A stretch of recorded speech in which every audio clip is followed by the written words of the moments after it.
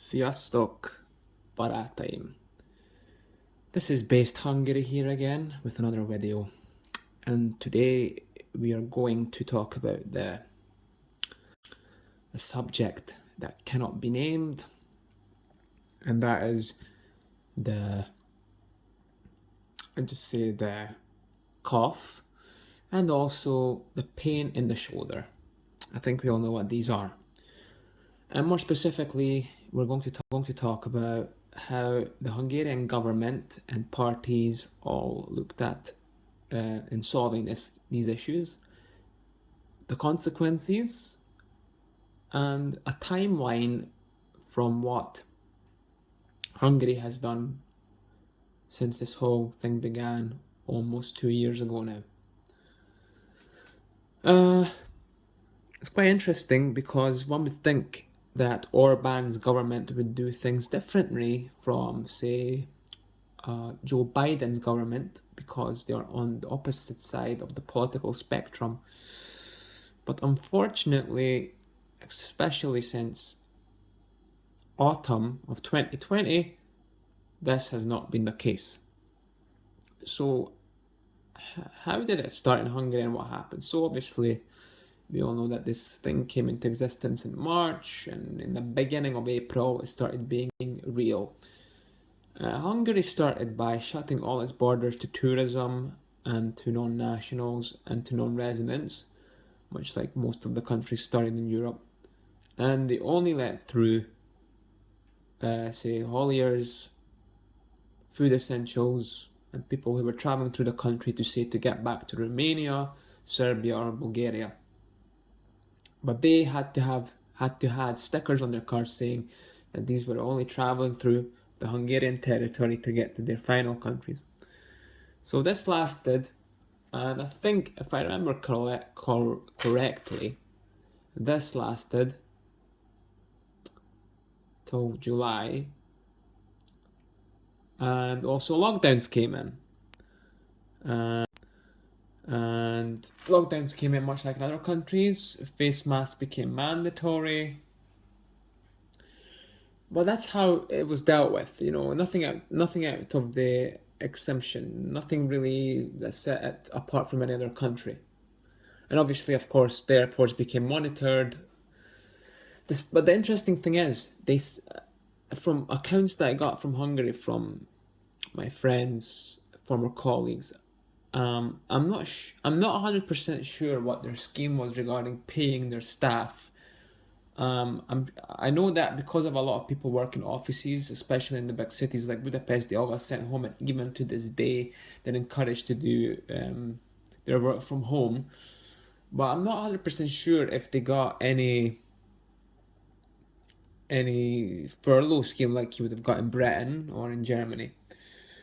So this continued till the summer, until they opened up the economy, because obviously the infection rate has drastically went down. So, and then they opened up the borders again. But it's quite funny because Brits were not allowed to go, and people from Britain were not allowed to go, so including Hungarians were not allowed to go to Hungary without doing a 2-week quarantine. And obviously this was pointless, because who actually gets more than 2 weeks of holiday and making it worth it to go to Hungary and actually enjoy yourself than to come back? There's no point. But for the whole European Union, the borders were open with flight as well, and with cars. So potentially, if you're from Germany, Poland, France, you could have went and came without any border checks whatsoever.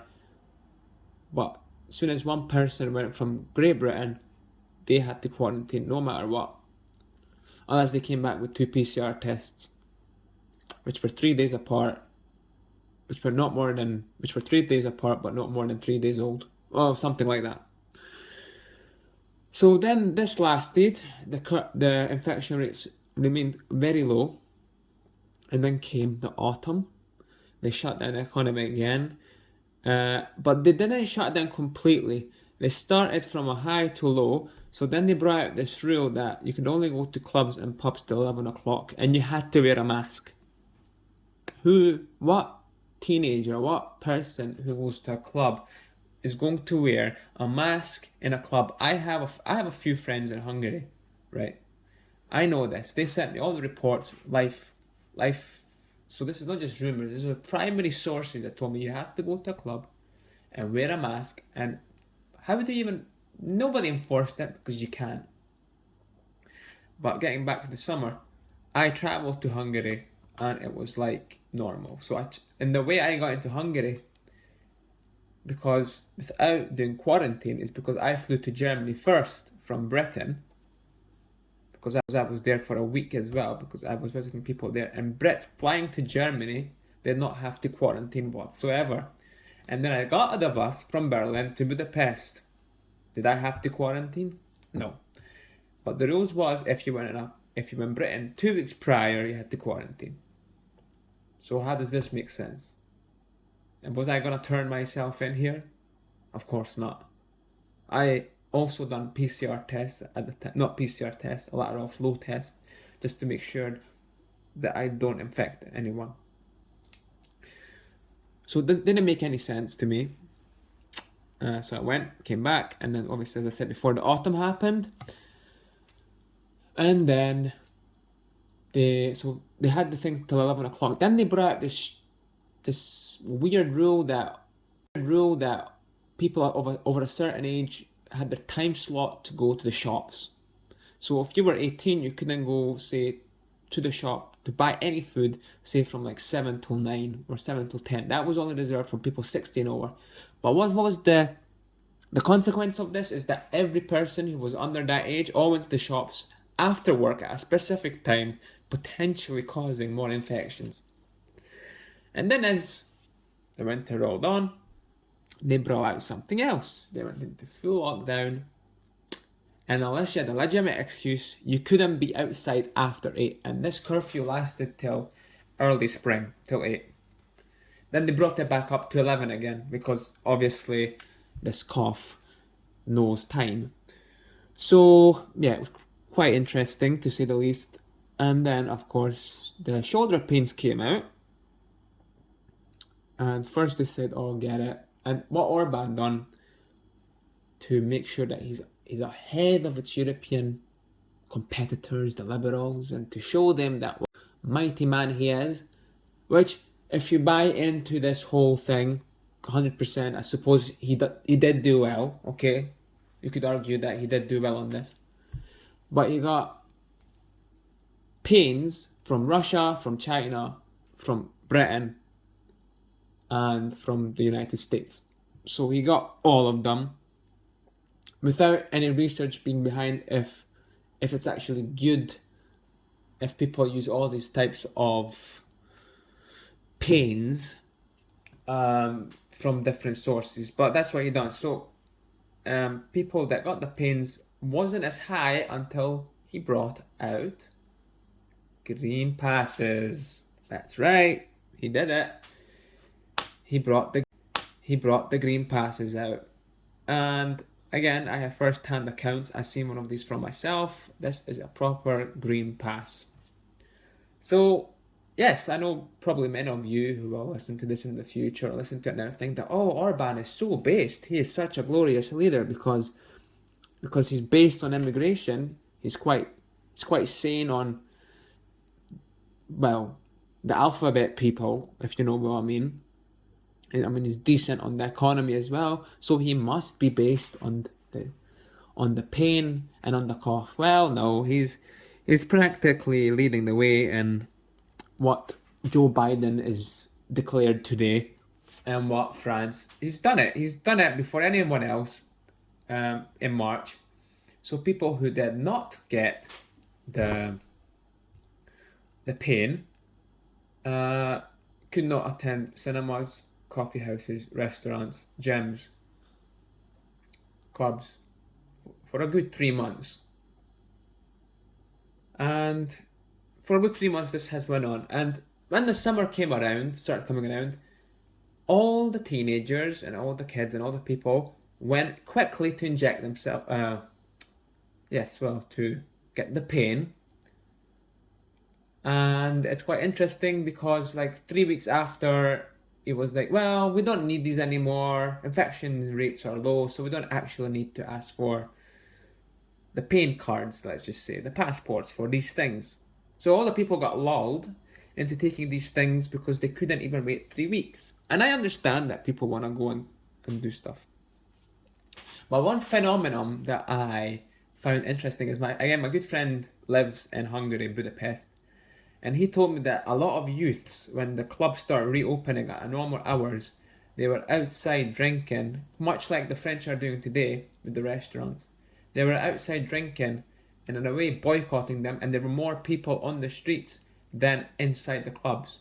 Again, kind of going against the whole narrative that we shouldn't have too many people in one place, and in a way boycotting uh, the economy. So I think Orban realized that this was a pretty fatal and stupid mistake.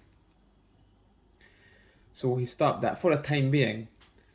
And I was again in Hungary this year, and because I had this cough, and you can actually, if you had the cough in Hungary, I mean, I suppose this is a bit better than say what Britain and the States are doing, that they don't count it if you had it naturally, whereas the Hungarian state counts it if you had it naturally that lasts 6 months.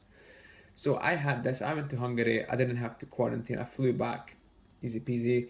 And again, in the summer, no one was wearing a mask. Technically, you were supposed to have a card. I didn't have a card because I don't live in Hungary. I could have got one, but I didn't get one. And I don't think I could have got one because you don't get one for, if you got the cough from outside the country, you have to prove that you got it when you step in the country to not do quarantine, but you don't get a card the same way you would if you would have got the pain.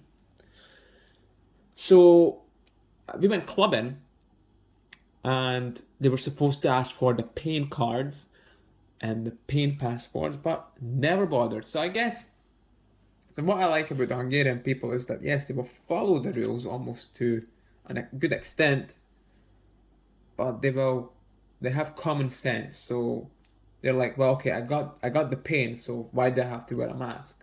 Or I got the pain, there's no point in social distancing, and there isn't.